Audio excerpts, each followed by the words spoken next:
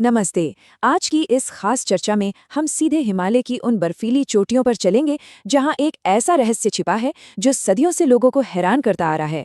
हम बात कर रहे हैं अमरनाथ गुफा और वहां गूंजने वाली उस रहस्यमयी अमर कथा की। बिना किसी देरी के चलिए सीधे इस अद्भुत कथा और इसके रहस्यों में गोता लगाते हैं।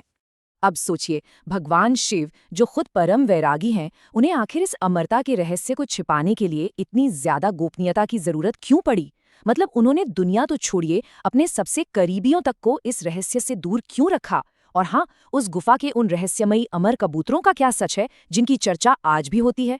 इन्हीं सवालों के जवाब हमें एक बहुत ही रोमांचक सफर पर ले जाने वाले हैं। तो हमारा पहला पड़ाव है अमरनाथ गुफा का रहस्य। देखिए, ये गुफा कोई आम जगह नहीं है।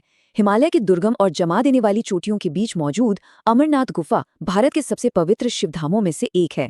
हर साल लाखों लोग जान हथेली पर रखकर ये मुश्किल यात्रा करते हैं। पर क्यों? सिर्फ उस प्राकृतिक हिम शिवलिंग को देखने के लिए नहीं, बल्कि उस पारलौकिक एहसास से जुड़ने के लिए जो इस गुफा के कण कण में बसा है। क्योंकि यही वो असली ऐतिहासिक जगह है जहाँ अमर कथा सुनाई गई थी। दूसरा भाग, एकांत की खोज। इस पूरी रहस्यमयी यात्रा की शुरुआत आखिर हुई कैसे? बस एक सीधे से सवाल से। माता पार्वती ने शिवजी से पूछा, प्रभु, आप अमर कैसे हैं? आपके अमरमत्व का आखिर रहस्य क्या है? बस यही वो एक सवाल था जिसने ब्रह्मांड के सबसे बड़े रहस्य से पर्दा उठाने की नींव रख दी। अब भगवान शिव अच्छे से जानते थे कि ये कोई मामूली ज्ञान नहीं है। ये जीवन और मौत के पार का वो परम रहस्य था जिसे किसी भी हाल में किसी अन्य जीव के कानों तक नहीं पड़ना चाहिए था। तो उन्हें क्या चाहिए था? परम एकांत, एक ऐसी जगह जहां दूर दूर तक किसी परिंदे ने भी पर ना मारा हो। और इसी तलाश ने उन्हें हिमालय की इस बिल्कुल निर्जन गुफा तक पहुंचाया, जिसे आज हम अमरनाथ गुफा कहते हैं। तीसरा चरण, साथियों का त्याग। परम ज्ञान तक पहुंचने का ये सफर बड़ा दिलचस्प है। ये दिखाता है कि मोह माया को कैसे पीछे छोड़ना पड़ता है। भगवान शिव ने वैराग्य के इस मार्ग पर एक एक करके अपने सभी प्रिय साथियों को रास्ते में ही रोक दिया। सबसे पहले नंदी जी को छोड़ा, फिर अपने मस्तक से चंद्रमा को उतारा, गले से नागों को आजाद किया और यहाँ तक कि भगवान गणेश और अपने सभी गणों को भी वहीं रुकने को कह दिया। और पता है, सबसे हैरानी की बात क्या है? आखिर में उन्होंने अपने पंच तत्वों का भी त्याग कर दिया, यानी पृथ्वी, जल, अग्नि, वायु और आकाश, जिनसे ये पूरा ब्रह्मांड बना है। तो सोचिए, गुफा के द्वार तक पहुंचते पहुंचते सब कुछ पीछे छूट चुका था। अंदर जाने के लिए सिर्फ और सिर्फ शिव और पार्वती ही बचे थे। ये बात सिर्फ एक कहानी का हिस्सा नहीं है, ये पूर्ण वैराग्य का एक बहुत गहरा प्रतीक है। इसका सीधा सा मतलब है कि अगर आपको परम सत्य और अमरता को समझना है तो आपको इस भौतिक दुनिया की हर एक आसक्ति से पूरी तरह आजाद होना ही पड़ेगा। भाग 4, अमर कथा और कबूतर। अब गुफा के अंदर कथा शुरू होने से ठीक पहले एक आग जलाई गई। क्यों? ताकि ये पक्का हो जाए कि वहां जीवन का एक छोटा सा तिनका भी न बचे, सब कुछ भस्म। और फिर शुरू होती है अमर कथा। ये कथा कोई आम कहानी नहीं है, ये सृष्टि के बनने, जीवन, मृत्यु और इन सब के परे उस अमरता का परम दिव्य रहस्य है। जैसे ही भगवान शिव ने ब्रह्मांड के इन गूढ़ रहस्यों को बताना शुरू किया, वो ज्ञान इतना शक्तिशाली था कि माता पार्वती उसे सुनते सुनते एक गहरी समाधि यानी ध्यानावस्था में चली गई। सब कुछ बिल्कुल शांत था, ऐसा लग रहा था कि रहस्य एकदम सुरक्षित है। लेकिन एक सेकंड, क्या वो गुफा वाकई में खाली थी? यहीं पर इस कहानी में वो जबरदस्त ट्विस्ट आता है। वहां अंधेरे में कोई ऐसा मौजूद था जिसके बारे में किसी ने सोचा तक नहीं था।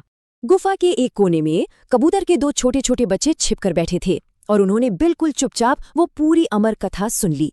कथा खत्म होने के बाद जब भगवान शिव का ध्यान उन पर गया, तब तक तो खेल हो चुका था। वो दोनों नन्हे जीव ब्रह्मांड का सबसे बड़ा रहस्य जान चुके थे। और उस कथा की ताकत देखिए, वो दोनों कबूतर हमेशा के लिए अमर हो गए। ये बात इतनी गहराई तक फैली है कि आज भी कई श्रद्धालु पूरे यकीन से कहते हैं कि उन्हें अमरनाथ गुफा के पास उन दिव्य अमर कबूतरों के जोड़े के साक्षात दर्शन होते हैं। अब आते हैं 5वें और आखिरी हिस्से पर, हिम शिवलिंग और इसका संदेश। आज के समय में गुफा के अंदर जो चमत्कार हमें दिखता है, वो हिम शिवलिंग वो इंसानों का बनाया हुआ नहीं है। वो प्राकृतिक रूप से पानी की बूंदों के जमने से अपने आप बनता है। ये प्रकृति का एक ऐसा करिश्मा है जो आज भी दुनिया भर के लोगों को अपनी तरफ खींचता है, क्योंकि इसे साक्षात भगवान शिव की दिव्य उपस्थिति माना जाता है। और यहीं पर इस पूरी कथा का असली सार छुपा है। नश्वर शरीर बनाम अमर आत्मा। भौतिक शरीर तो एक न एक दिन खत्म हो जाएगा, वो अस्थायी है। लेकिन हमारी आत्मा, वो शाश्वत है, अमर है। अमर कथा का असली मतलब शरीर को बचाए रखना नहीं है, बल्कि अपनी आत्मा के इस अमर स्वरूप को पहचानना है। तो फिर हम और आप ये आध्यात्मिक अमरता कैसे पा सकते हैं? ये कथा हमें सिर्फ एक रहस्य बताकर नहीं छोड़ती, बल्कि एक पूरा रास्ता दिखाती है। ये रास्ता जाता है सच्ची भक्ति, जीवन में सत्य का पालन करने, खुद पर संयम रखने और उस परम शक्ति पर अटूट विश्वास करने से।